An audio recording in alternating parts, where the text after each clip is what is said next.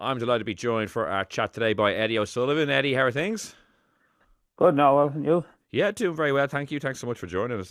Just before we kick off, a reminder that Energy sponsors rugby in Ireland at all levels, as well as the Indo Sport podcast at Grassroots with the Energy AIL, and as official energy partner to Leinster, Connacht, and the Irish men's and women's teams. The Energy, a Rugby for All initiative, supports inclusion, welcoming everyone of all abilities to participate in the game. Find out more at energy.ie/rugby and avail of an exclusive home energy offer for rugby fans.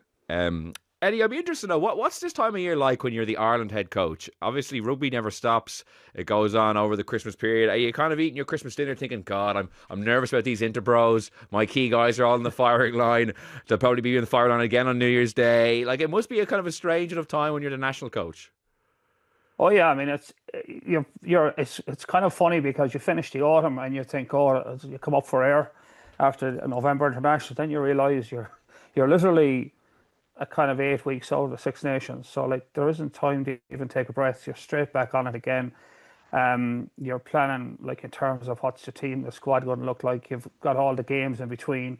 I remember my budding memory of it was actually that we used to play they still do, just to play the Interpros around that time. And they were full on, like there was no resting players back then for the Interpros around Christmas.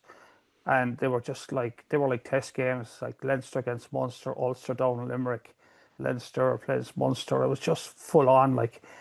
And I used to watch a lot of those games through my fingers because, like, like anyone gets hurt here, they're probably going to miss the start of the Six Nations. So they were real barn burners. I think, unfortunately, they diffused them a lot. We know what the player rotation stuff took the jizz out of those Interpros, but they were actually brilliant because they were local derbies the whole way through Christmas. People had a bit of, had cabin fever over Christmas, were mad to come out for a few hours and watch the games. So they're on again this year. I mean, let's see what teams show up. What are they actually going to be? Full on Interpros, or are they going to have players missing? I think it's a pity, but my memory of it was that. But from Andy Farrell's position, he's going to be looking at all those games now and saying, "Look, what am I looking like in the for the Six Nations?" Because the Six Nations will consume you in that sense that the World Cup is in the background. It's really kind of white noise at the moment.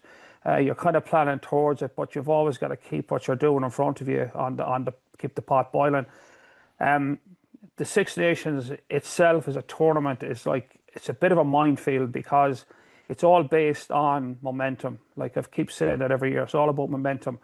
And if you look at the Ireland fixture list, it's one of those fixture lists that we get every second year, and it means you have the two big guns away or the two big guns at home. And this year the two big guns are away, and I think those fixtures, the way they're stacked up as well, means that this Six Nations could go two ways for Ireland. You could potentially win a Grand Slam, and you could potentially have a really poor Six Nations. It depends on how momentum we get. So the French game is pivotal. There's always a pivotal game. Sometimes it's the second or third game. Last year it was the French game again was pivotal, and like we lost that. That was it. It cost the championship. But I mean, France up on a Thursday night. Very interesting. I've never seen the Six Nations game on a Thursday night. But if we could beat France, in Paris on the Thursday night, then Italy shouldn't be a problem at home, and then it's off to Twickenham. So if we can come out of those three games after winning those, like a Grand Slam is definitely more than on. It's almost expected that there's no way we're going to lose to Wales and Scotland to stop a Grand Slam. But the other side of that coin, we lose to France, we beat Italy, we lose in Twickenham. Now you're in fire brigade mode. You're trying to save the Six Nations. So that to me is like, I always look at the fixture list. The first one is it the odd or the even year, or the two, or France and England at home or away. And it's been like that for as long as I can remember. This year is a tough one. It's very hard to win a Grand Slam or even a championship in an even year for us because you're in Twickenham and Paris. And that, to me, that French game, if we win that game, I could see us going the whole way. Now, England is going to be a huge challenge, but I still think if you get that French game under your belt and you win it away from home, the value of that in terms of the squad looking upwards and onwards rather than, oh my God, we're in trouble already, that to me is massive. Yeah, it's only 6 weeks on Thursday until that French game as well. Yeah. So it's going to come thick and fast. Oh yeah. You mentioned the Interpros there. We got our first one last Friday. It was the big game of the weekend. Leinster Ulster ended up being a very competitive game, very entertaining game. But in terms of, I suppose, the way the game played out is almost what you might have expected when you saw the teams were named. Ulster had a very strong starting team. Leinster picked a really strong bench. Ulster opening up a 17-7 halftime lead, two tries Mm. from Werner Cockle, very good score from Tom Stewart where he went over James Lowe. But then Leinster brought on that very powerful bench, Dan Sheehan, Paddy McCarthy, who had a big impact. Tyke Farrell coming on as well, and Leinster kind of got the grips with it. What was your assessment of how things played out?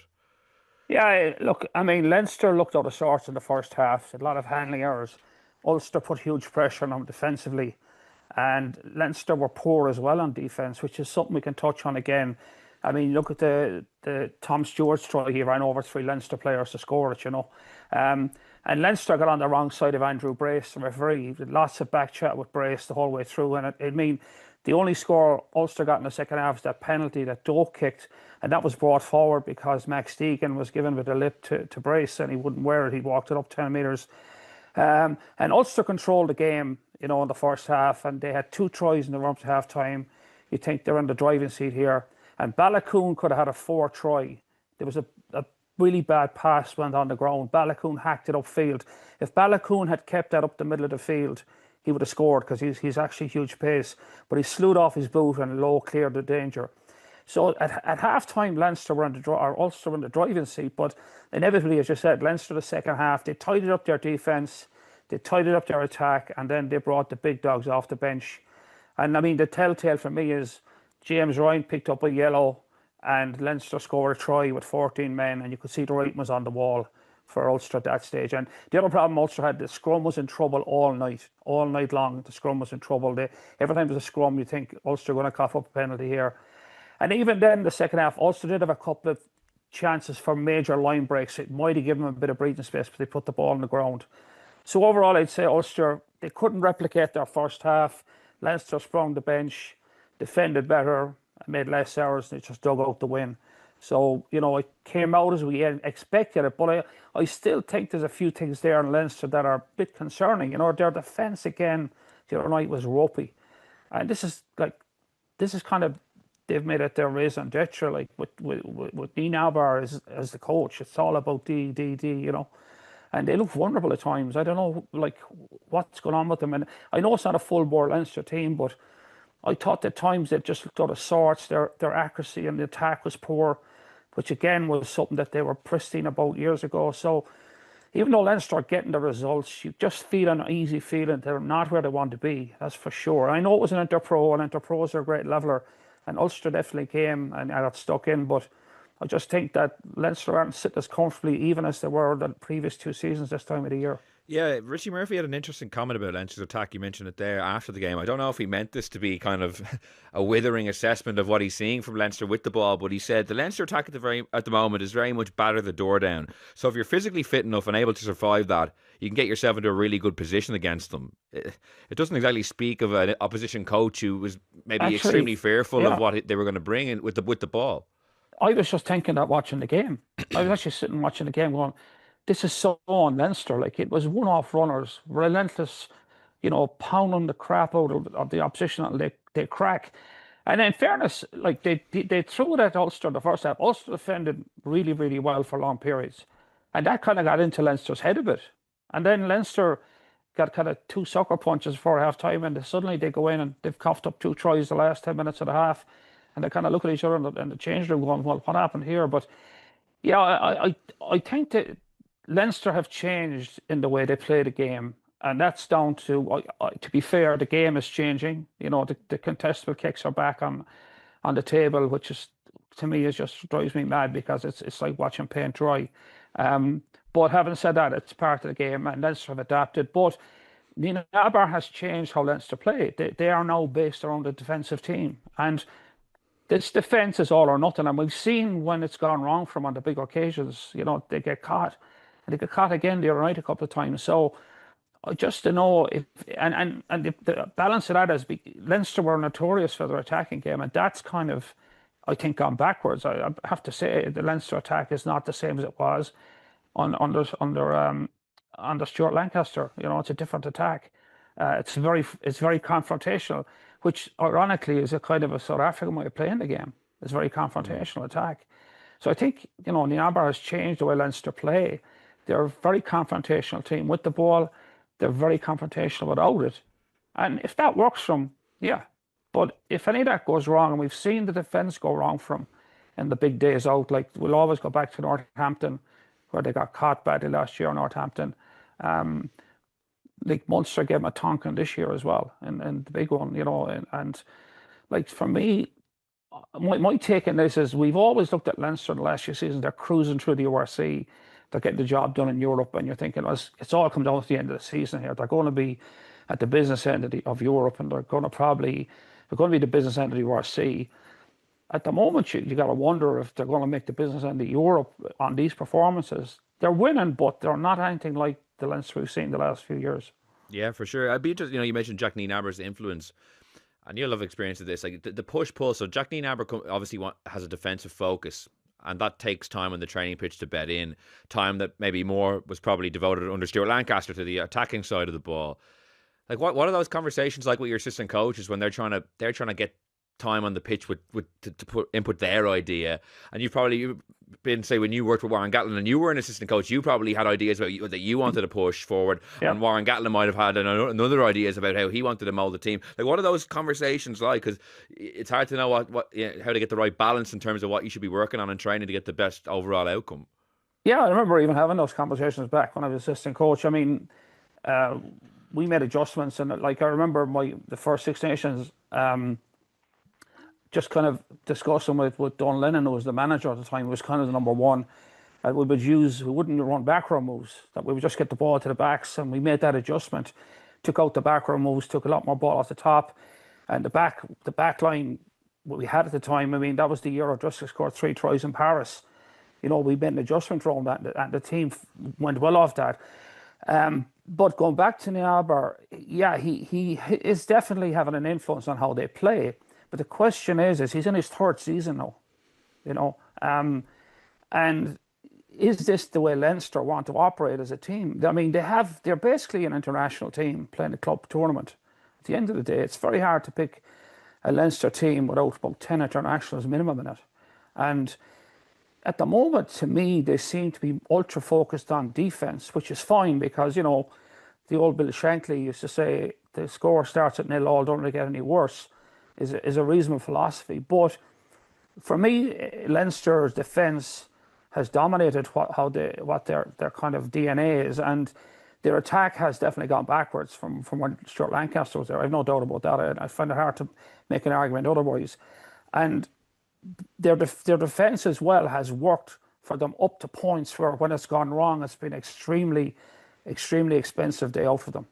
When the defence has not functioned well on a day, then it's been very, very expensive lesson for them. If you actually even go to, like, say, the numbers, Leinster's attack was operating at a very high level under Stuart Lancaster, and if they've had to sacrifice that, think about how good Leinster's defence would have to be to compensate for the fewer points they're scoring or the less slick their attack is, because their attack was putting up big scores in some big games. Obviously didn't get over the line in Europe as much as they would have liked, but the defence, as we saw in the Champions Cup last year when they held 2 teams scoreless, when it works really well, it obviously gets the job done. But you have to have that every single day if your attack isn't going to be as good as it was in the previous few years. And I don't think it's like you kind of touched on it there, that it was like that. Maybe there was not as much time spent on defence or not time spent on attack as on defence. I don't believe that, because when you sit down and plan your week as a coach and you allocate your time slots to what you're doing, you break it up based on priorities, and there's set piece, there's the breakdown, there's attack, there's defence, like broad strokes. And then there's a lot of detail under that, to be honest. But it comes down to a philosophy of how you want to play the game and how you want to defend and how you want to attack. And certainly Leinster's philosophy has changed on attack. It's become more brutal, more physical, more aggressive, which is a South African philosophy. That's how South Africa play the game, by and large. That's their DNA. And Nienaber has come out of the South African coaching regime. So he has that stamp. We all talk about the way they defend because he's a defensive guru, but there's no doubt he's had an impact on how they attack as well.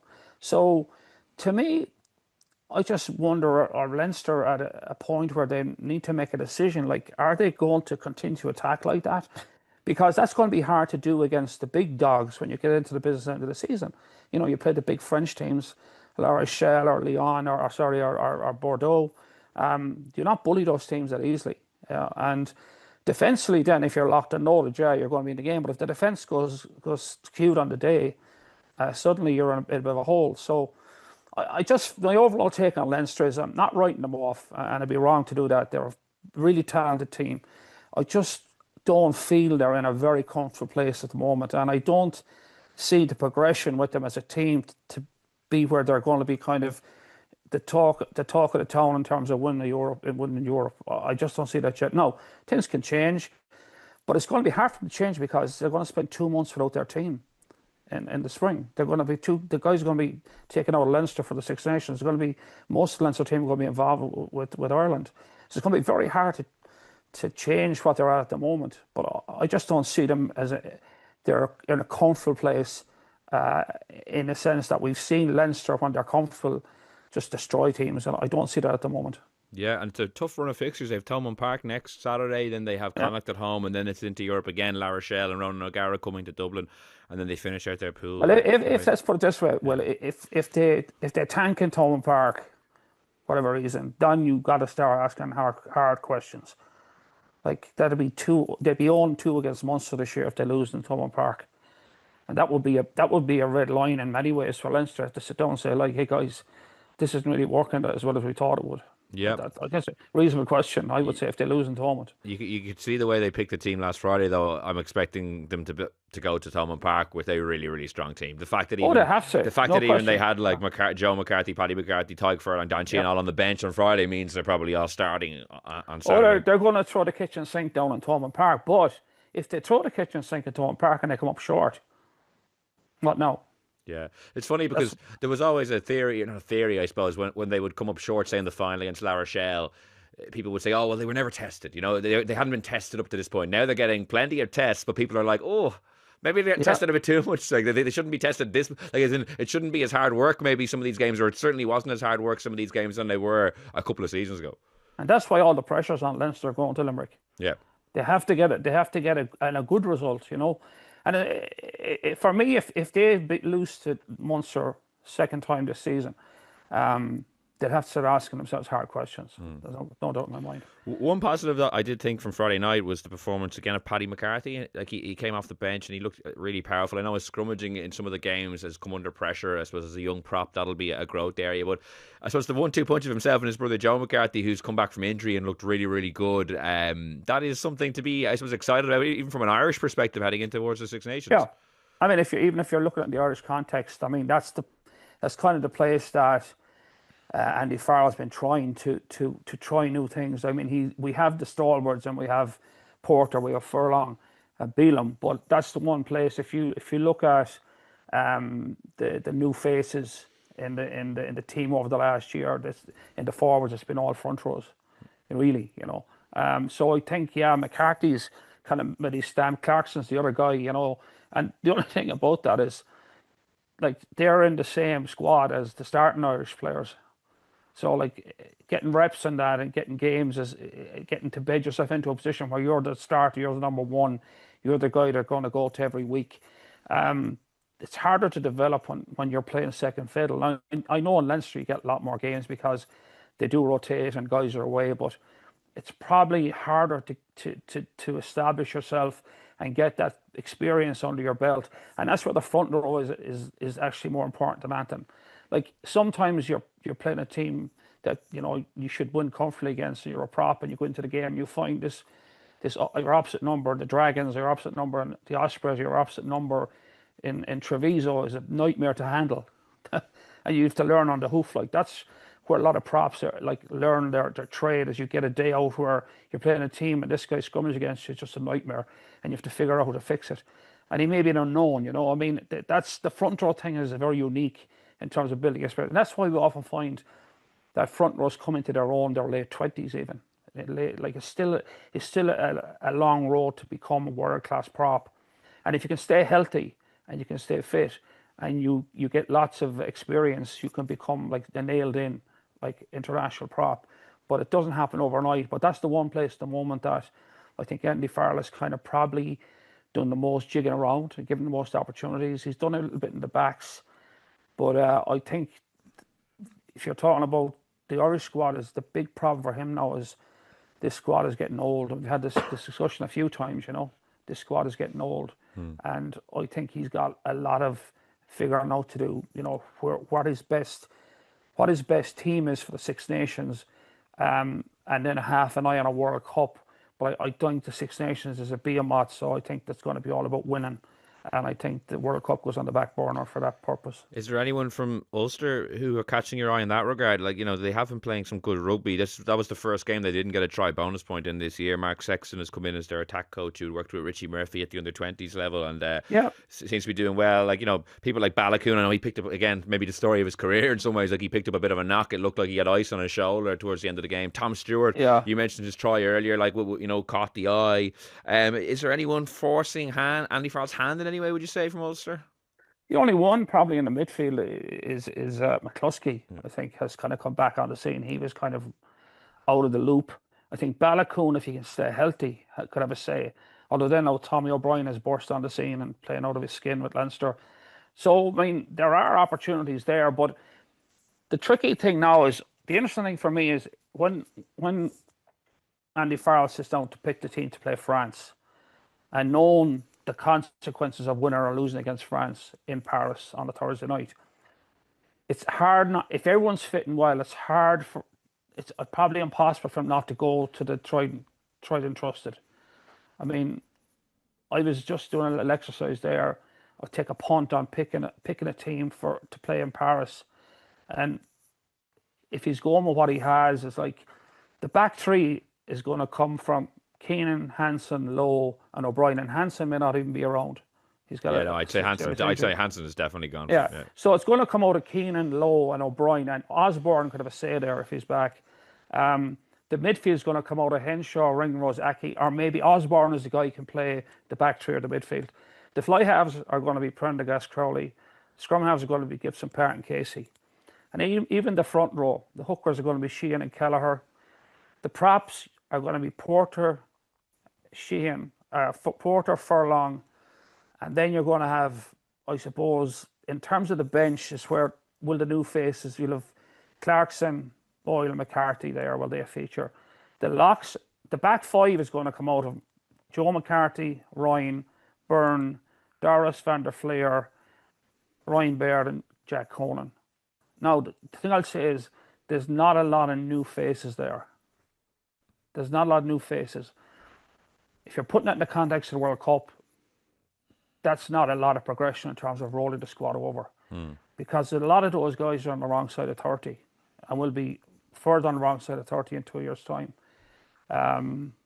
Less time, in 18 months' time. So I think the problem he has at the moment is he's got to try and keep winning, including the Six Nations, and he's got to try and find fresh blood. He has tinkered around a bit, and it's usually when someone's got injured, which always happens. But I just think this squad for the Six Nations now, if he goes to his best hand, everyone's fitting well, there's not going to be a lot of fresh faces in there. And that's probably the biggest challenge for him. And picking that team or approaching it that way obviously has pitfalls maybe for a World Cup preparation, but if the bulk of those players are playing at Leinster, and if Leinster aren't playing as well as we touched on as they have in other international windows, then by dint of that, the team just won't be as good, or they won't be in the form they would usually be in, because the bulk suppliers aren't playing as well as they used to. Yeah, and that's the tricky part. Is like, I think he's this is an overarching problem he has. Is even if the World Cup wasn't happening, just for argument's sake, is this team has been so good for so long, which is the way teams run. You know, we've had a really good run of it. Like, we've had great success in the last few years. If you think about it, we had the Grand Slam, then we had won the championship. We lost that championship because Marcus Smith dropped the goal last play of the game over in Twickenham. And, you know, we last year was not a great Six Nations. We finished third. We only lost one game, but we lost well to France last year. We weren't really that close to France. France seems to be coming back again. England have come on the scene now. England are back in the hunt. Our autumn was a patchy autumn. Like the New Zealand game was poor. Okay, we beat Japan. We beat Australia, who were really not a good team, and then we lost the crunch game to South Africa. So at the moment, if you're comparing to where we were 2 years ago, you would say we are on the wrong side of the hill here. Uh, That's a fact. And I'd say there's never been a top international team in the history of international rugby who has been as reliant on one club team to supply their starters than Ireland were on Leinster in the last couple of years. If you look at, even when the Crusaders were absolutely unbelievable, it wasn't 14, 13 Crusaders in the All Blacks team. There was always a smattering of around, or just by, and even when England were really good, there was a lot of Leicester guys, say, when they won the World Cup, but it wasn't 11, 12 Leicester players either. Like, there was always every other good team, Grand Slam winning, even French teams. So Toulouse don't always have 11, 12 players. They often have the bulk suppliers, but like Yeah. Leinster have been supplying players to Ireland at a clip that was never sustainable and was always, I suppose, a risky strategy, in that if Leinster don't play as well as they are, which is now kind of coming home to roost, the team then there's not all these other options all of a sudden to throw in. I'd say that kind of reliance is kind of, people always kind of question it, but it made sense because the guys are playing so well. Whereas now it does look like it's not really working anymore. No, I mean the problem is when you have a winning team is when you start to change it. Yeah. Because the truth of the matter is you still have to go on and win. You still have to keep winning. And like that great Welsh team of the late 2000 kind of 7, 8, 9, 10, 11, that great Welsh team, that stayed together too long. Alan Wynne Jones at one stage was getting his 125th cap or something, like that. And then the wheels came off Wales. So that's always a problem when a team is winning. When do you start to change it? Because the guys that are playing well are in position. They're going to hold other guys out. The whole Leinster thing, if you dropped in from Mars and you didn't know anything about Irish rugby and you looked at it, your head would snap back when you see that for Ireland's success, it's really all coming out of one club side, to the point where there's guys now playing for Ireland that can't start for Leinster. When you think about it, like, that's how dominant Leinster is in terms of the quality and the depth of talent they have, which is not their fault. Like, they are what they are because they've done such a great job. But that is an imbalance, and there's been a lot of talk around kind of now David Humphreys is in charge of the big picture, being more proactive and forcing guys to move provinces, which has always been a tricky thing to do, and it's never been something that's been embraced. Although I think the climate now is different than it was even 15 years ago, when a guy was kind of welded to his. I remember when Eric Miller went to Ulster, it was a big move out of Leinster at the time, because he was born, bred, learned his rugby in Leinster, going off to Ulster. All those things were more difficult, but they're easier now. But at some point, the RFU are going to have to sit down and look at it and go, like, if we're going to build this house on 4 pillars, how do we make those pillars as strong as possible? And it can't be all one pillar holding up everything and the other 3 kind of leaning against it. That's going to take a strategic plan, though, to come out of the RFU to do that. But I suppose that's probably David Humphrey's problem to fix at the moment. But it is a broader picture that we're not talking here about the next 2 years. We're talking about the next 10 years. Yeah. What's it look like in 10 years' time? And that's a hard thing to do in sport, because if you make any moves that weaken you, you pay a price, and then everyone gets upset because things have gone backwards. So every move you make has got to do 2 things. It's got to make things better in the long term, but it's also got to keep the pot boiling in the present. Yeah, because it's like, that's the tricky part. because I know there was lots of calls on David Humphreys to improve the standard of the other provinces / weaken Leinster to some degree, but you're robbing Peter to pay Paul, like, just as well, if you're making Leinster coming back to the pack, and if the overall standard though isn't as good, then the national team won't be as good. So it's a tough balance to get right. You want everyone to be competitive, and maybe Leinster not to be so far ahead of the rest. But if Leinster have been being the bulk suppliers with 11, 12, 13 starters on some occasions, then all of a sudden the national team won't be as good, and that pays for everything at the end of the day. So it's there's no easy answers, really. No, it's a really tough balancing act. But at the end of the day, and here's the irony of it. I always say this because I think it's important to just throw it out there, is Leinster dominance is coming out of a school system that's based around 5 or 6 schools in Leinster. They're supplying, and even if you do a cursory glance across the 4 provinces, a lot of Leinster players in the other provinces already. Now, these are guys that weren't ever going to make it in Leinster. They weren't even going to be close. But we're talking about a bigger shift here where guys who are potentially starters for Ireland, even off the bench in Leinster, going to another province to be a starter on that province every week and makes that province better, it's a tough one but at the end of the day, the review have always been pragmatic about this. They know that the national team is the goose that lays the golden egg. Still raises, I think I'm guesstimating now, but I think it's still north of 80% of the overall turnover of the RFU. And the success of the national team has always been paramount, which is great, because if they hadn't done that, we wouldn't be where we are in World Rugby at the moment, which is still a very good place to be. It's not maybe where it was a year or two ago, but that's part of a different discussion. But the RFU have to think long term in this, and they do have to have 4 strong provinces, or 4 provinces as strong as they can make them. And if those 4 strong provinces are doing well as provinces or as club sides, then that's only going to be better for the Irish team. And there's a lot of strategic planning in that. There's a lot of, I suppose, there'll be a lot of discussions around how that looks or what it looks like. Because to be fair to Leinster will say, well, our job is to keep Leinster strong, so why should we be weakened? Why should we be dragged back into the pack? But the RFU have always taken the pragmatic view that what's the most important thing is what's best for Ireland. So that's something that probably Humphreys at the moment, it's keeping him awake at night if he's got anything worrying him, is that how does he get this ship balanced up where there's, and it's probably always going to be Leinster, always going to be the premier side because they're producing the talent in volumes, but they've got to get a better balance to it in terms of spreading the load, I think, because it does look completely lopsided at the moment, and there are problems around that. Yeah, well, like it says a lot that, like, you could argue the top 3 Irish looseheads now are Andrew Porter, Paddy McCarthy, and Jack Boyle in some order, and if they're all fit every weekend, one of them can't play for Leinster. Like, one of them just literally can't get into the 23. So you have the 3rd best loosehead arguably in the country who won't be able to play a match every single weekend, which is not a good situation. It's funny, it's not that long ago. You go back to 2023, which we might look back on in years to come as like the high point in the history of the national team. Like, Ireland won a Grand Slam, were very competitive at the World Cup, obviously lost in the quarterfinals, but were, ever a live contender. But then that season, if you look at the league, like all 4 provinces finished in the top 8. Munster won the league, Leinster beating Leinster in that semi-final when Leinster had rested some players ahead of the Champions Cup final. But Connacht played Ulster in a quarter-final. Connacht got to a semi-final. Like, all 4 provinces that year were competitive and got to the playoffs. But as you say, it's maybe a different picture now. But I mean, if you look at the squad that was picked in November, all 3 hookers were Leinster.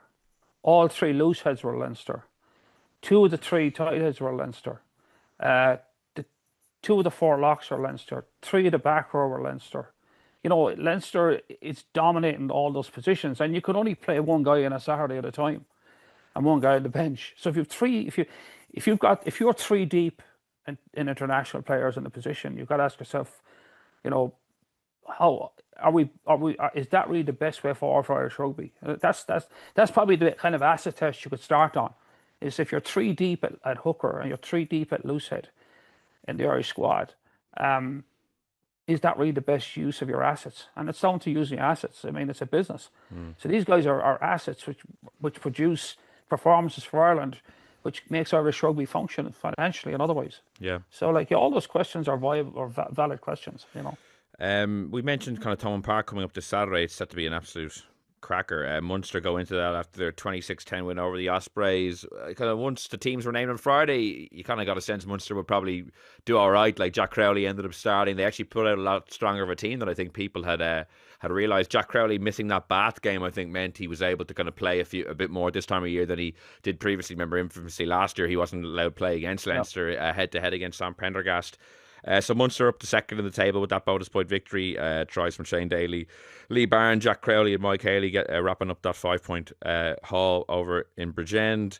Where are Munster for you, Eddie, heading into this game? Like, kind of funnily enough, they've lost 6 seasons in a row they've lost the Christmas game at home to Leinster, which would have been unfathomable, say, when you were the head coach Oh and yeah. Thomond Park was a fortress. I think Leinster went 15 years without winning a game at Thomond Park. Now they've won 6 straight. So insofar as Leinster will obviously be gunning for revenge from Croke Park, for Munster it's a big one as well, just to kind of stamp that they're back at the top table. They beat Leinster once, as you said, to do the double over them would be huge. I think it's been over 10 years since they beat them home and away. I think it was the 2014-15 season, so going back a long, long time. So this one feels like a big one. It's a big one because it's a local derby again, and if they did the double over Leinster, it'd be massive for them. Where they are though is, I think they're in a good place. I mean, I think, a new coach coming in, fresh voice, fresh ideas. You can see the response to that, and they start the season really well.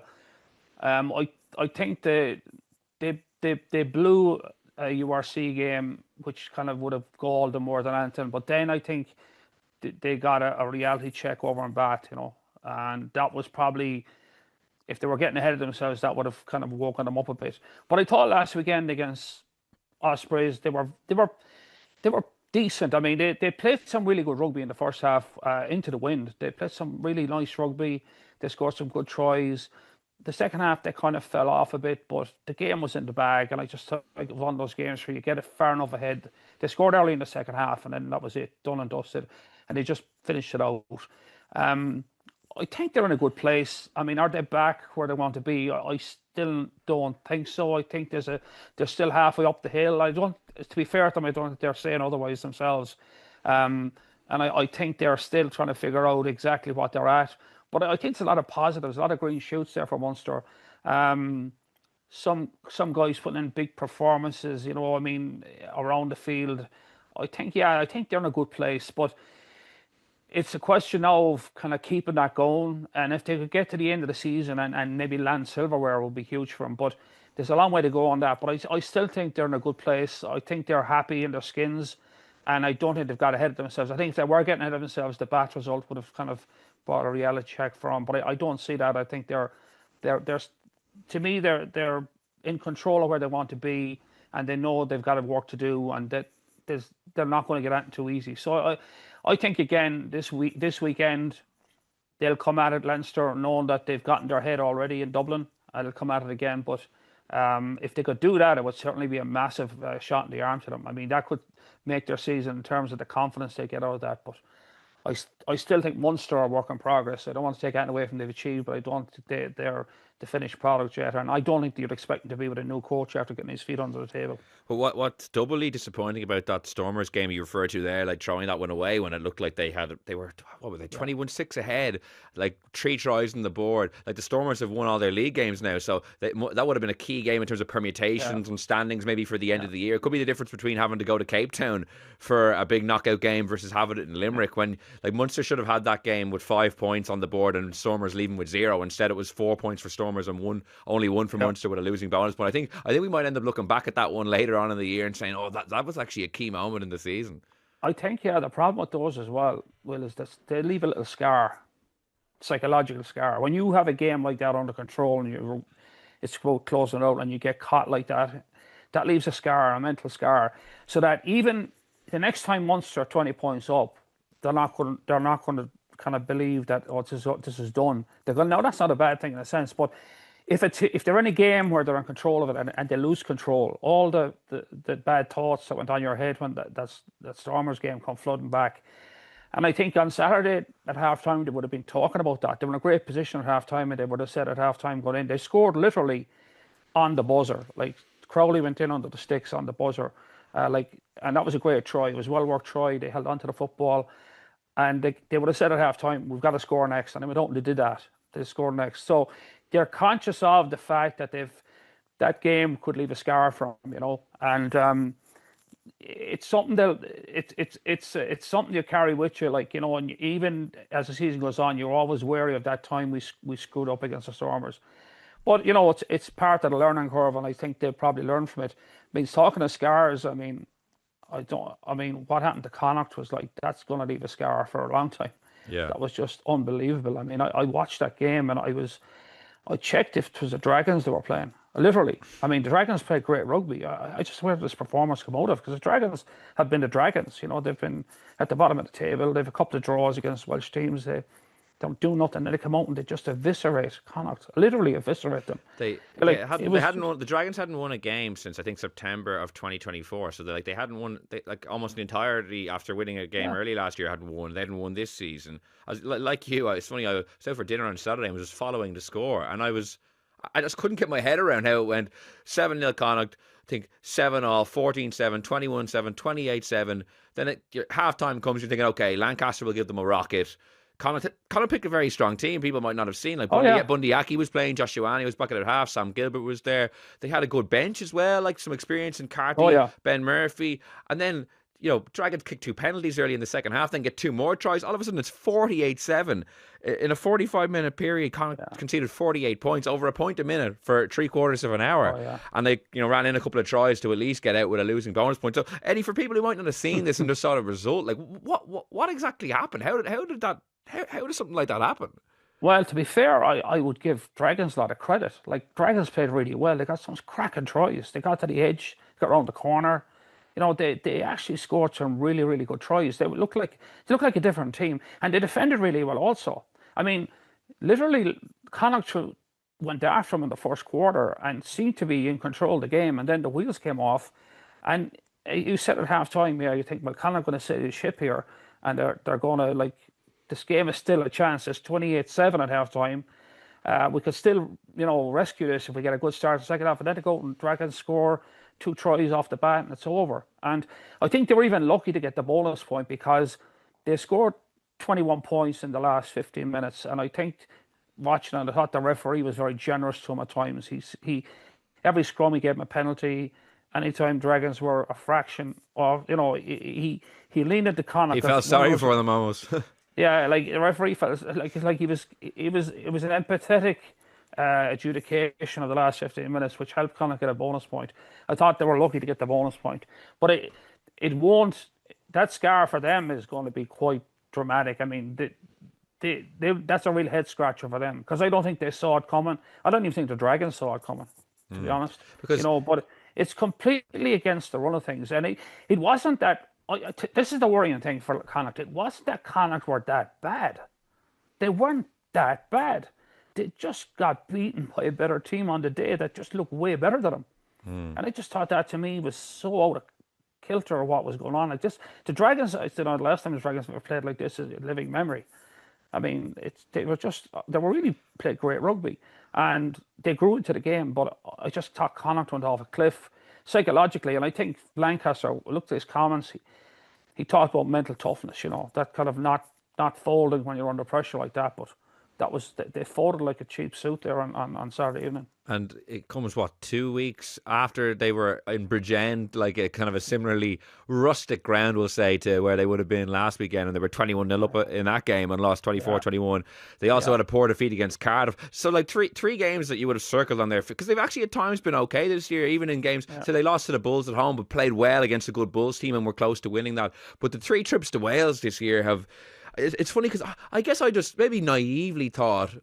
I looked at the squad and said, I think that's a decent enough squad with a good coach who Lancaster is. I was expecting there to be a kind of a fairly instant bounce, but it's a more difficult job than perhaps I thought it would be for him. I don't know. It is a head scratcher because if you watch the way they're playing, they're actually playing, or what they're trying to do is they're trying to play a good, expansive game of rugby, which Connacht have done for recent years. So, like, they're not doing anything really bad. Like, you can't say, oh, this is their problem. They're kicking the ball away too much or they're turning the ball over in contact. There's no apparent thing you could point to say that's really bad. And if kind of fix that, everything's going to be all right. Or was it the defence of the week? What defence of the weekend? Like, conceding 6 tries to the Dragons is... That's an ugly stat for a defence coach. It is. They missed some tackles, all right. But to be fair, it was where, like, the Dragons got mismatches. They got the ball to the edge, and it was marked by a flanker, and he got round up. It wasn't catastrophic stuff. I think when people look at it, they'll probably think Connacht were horrendous. I don't think Connacht were that bad, and that's the worrying thing.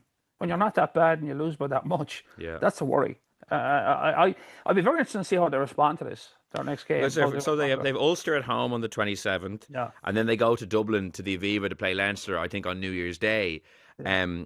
And then they have the 2 games in Europe in the Challenge Cup, and then they welcome Leinster again for the opening of the new stand in Galway. So Yeah. it's a tough run of fixtures for them. Like, you know, like all of a sudden it could be they could lose all 3 of those league games potentially. You know, Oh yeah. so like then it looks really ugly. And I don't think that the European thing is going to save their season, if you know what I mean. Yeah. Like, if they win a couple of European games and they're getting tonked in the URC, the general mood is going to be that the season's not going well. You know, like the expectation is for Connacht this year is that they will be pushing hard for a playoff. You know, and have a some say at the end of the season in the URC. And the European thing is so unpredictable. You don't know who's going to show up. It's not even worth trying to figure it out. I mean, the whole European rugby product at the moment is a mess. I mean, it's just a mess. It's just the way they've structured it, the way teams are showing up half-cocked, teams traveling with second-string players, and it's just not a good product anymore. Which is it's a pity. It was a phenomenal product, but it's not what it was. And they need to have a look at this pretty quickly, or we'll slide off the table. Like, you know, I mean, I just think it's a pity. I don't look forward to European games that much anymore. I used to look forward to them. They were always fantastic entertainment, but they're so unpredictable now as what you're going to see. Well, the most important part of the weekend is Friday at 12 p.m. when the teams are named, because that's when you know which games are worth watching, if any games are worth watching. You know, if they're worth watching, yeah. Yeah, I mean, you might get even 3 or 4 out of 12 in a Champions Cup weekend where it's actually 2 fully loaded teams going head to head. Yeah, that's the problem, and I think it's the way they structure it as well. Teams know they can finagle their way through the pools without doing too much. I think it's really bad for the tournament. I just think they need to sit down and figure it out, because it's not going in a good direction. And I don't think, like, as I say, from Connacht's perspective, I don't think they're going to hang their hat on Europe this year. They need to get the URC up and running, and they've had a few bad days out, and none worse than last Saturday night in Wales. So, and you say the road in front of them is not easy either. So there'll be a lot of navel gazing and soul searching in Galway this week. To concede almost 50 points to a team that hadn't won a game in over a year in the Dragons, it really is. It's literally shocking. You know, it's not often you say that, and it's actually true. Like, I was literally shocked when I saw the score at 48-7 early in the second half. Before we wrap up, no rugby chat will be complete without some sort of out half related question. Obviously, Thomond Park this Saturday. Jack Crowley will be in the red corner. In the blue corner, it looks like it could be Harry Byrne, the way it was selected last Friday. Harry Byrne obviously started against Leicester, and then last Friday, Prendergast got to start with Harry Byrne on the bench as part of a star-studded bench, kind of along with some other guys you'd expect to come into the starting team. So, interestingly, it looks like potentially Leo Cullen is going with Harry Byrne for the moment. Like, if Eddie O'Sullivan was the Ireland coach, and if Ireland were playing France tomorrow, who is starting out half for you? Well, I suppose that's a tough question, in the sense that I don't know where both players are exactly at the moment. I think there's times when I think Crowley looks to me like he's got that more control. Certainly, the game against Leinster in Dublin, he looked to be the guy again. But then you see patches of Prendergast. Probably if I was going to Paris, I'd probably take Crowley at the moment. That'd be my take. But I mean, again, it's a toss of a coin. I think they're two really, really world-class fly halves who are learning their trade. Don't get me wrong; they're not the finished product yet. But just to pivot away 1 second, like, it'd be very disappointing again if they don't get to face off next weekend in Limerick. I think, and if I was Andy Farrell, I'd be probably asking for that. You want to see that. But it looks like Harry Byrne is going to be ahead of him on, like, what Leo Cullen would say is on form, not because of an edict to not play him, to rest him, just that, like, he thinks Harry Byrne is playing better. Like, is Harry Byrne in the conversation for you, or is no, not for Ireland? No, I don't. No, I don't. I think Farrell has made his mind up. He's got 2 fly halves now, and he's got 2 young fly halves that he's got to develop on the basis that when he gets to the next World Cup, he probably have to make a decision at some point in the road who's his starter and who's his backup. But he's not in that place yet, and I can see that because there's conflicting performances. There's parts of their games that are different. I think initially, to be fair, he might have went with Prendergast, but he had to recalibrate on that. Prendergast, again, sometimes looks like God sent him, and sometimes he looks ordinary. He has those ins and outs a bit, but that's part of learning his trade. But I think Farrell has got a job to do to keep those two guys together, keep them the pot boiling. If you talk about the great kind of recent battles of out halves, like you had obviously Rog and David Humphreys, but it was different because Rog was coming in and Humphreys was going out. There was an age gap. These two guys are neck and neck. They're around the same age. So it is a battle that's going to be carried out right to the World Cup. But I don't think Farrell has made up his mind yet. I just, that's my thought on it. I think you go either way for either of them on a start. I think both of them are still, have their case to prove if they want to be the starter. I think, to be fair to Crowley, he was behind the 8 ball a bit and he's come back and made a case. But in terms of that job for Farrell, finding out who his best player is and finding out more information, it doesn't help him that Prendergast is not starting for Leinster. That to me is a bit of a disaster. I don't know how that could come about. I don't know why. We don't know the teams yet, so we're speculating. But I would think what Farrell would want to see next weekend is the two boys going at it head to head in Thomond Park. That to me would be a great indicator of good information of what Farrell wants. So it's a tricky one. I think we're going to be talking about this for the next couple of years until eventually he makes his decision. I don't think he can go past next year without pulling the trigger on it because he's got to put somebody in situ be his starting 10 and build a team around that. But at the moment he's okay because they're two very good players and they bring slightly different things. But I think it's still a case of, and I can see how he hasn't made up his mind because I haven't made up my mind yet. I still think there's a road to travel here. But what doesn't help that road is if Prendergast isn't starting against Crowley next weekend down in Thomond. But if Harry Byrne goes and plays really well, is that not a good thing? Is that like having it's a good thing for Harry Byrne, yeah. But I mean, it's Harry. Like, I don't really believe that Harry Byrne is back in the conversation of starting for Ireland at 10. I don't, and don't disrespect him, but I think that ship may have sailed for him. I still think the two best guys going forward are two we have at the moment who are vying for the position. And maybe if Leinster pivot away and say, well, they disagree, and he's Prendergast is their number 2. Well, if that plays out right through over Christmas and into the end of January, then it may force Andy Farrell's hand. That if Prendergast isn't playing, how is he starting in a Six Nations game in Paris, or even have him on the bench? Yeah, that'd be a different discussion then. But at this moment in time, I don't think Harry Byrne is really back in the conversation at Irish level. He may be at Leinster level, but I don't think that helps the Irish situation. But again, I guess Leinster are going to do what they've got to do. But I'm surprised there wouldn't have been a conversation along the road with Leo from Andy Farrell. Like, I mean, these guys do talk and they have to talk, particularly if you're a Leinster coach, because you're basically coaching the Irish team and they're not with Andy Farrell. Yeah, well, so there would have to be some conversation had. I don't know what the background to that is. Well, like Leo Cullen had never started Sam Prendergast really until Andy Farrell threw him in last November, like in 2024, and then Leo Cullen started him. And now it's funny, it's in reverse now. Leo Cullen's gone back to Harry Byrne. And to be fair, like Prendergast hadn't a barn burner of a game either last weekend. He kicked a few penalties. He missed touch. He had good and bad moments, but this is all part of the developing the guy into what if he's going to be the starting out half for Ireland for the next 2 or 3 World Cups. This is part of the process. But it's an interesting one. I mean, we've had enough conversations about Crowley and Prendergast. Now we're going back to 3 people in the mix.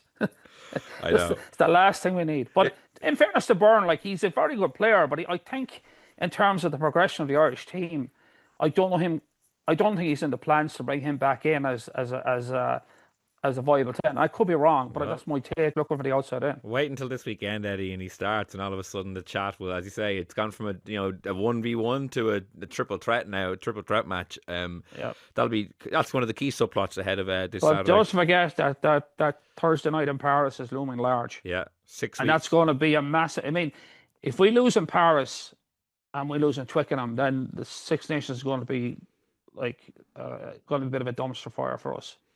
Because that would say then, if you look at our progression, the Six Nations were going the wrong direction.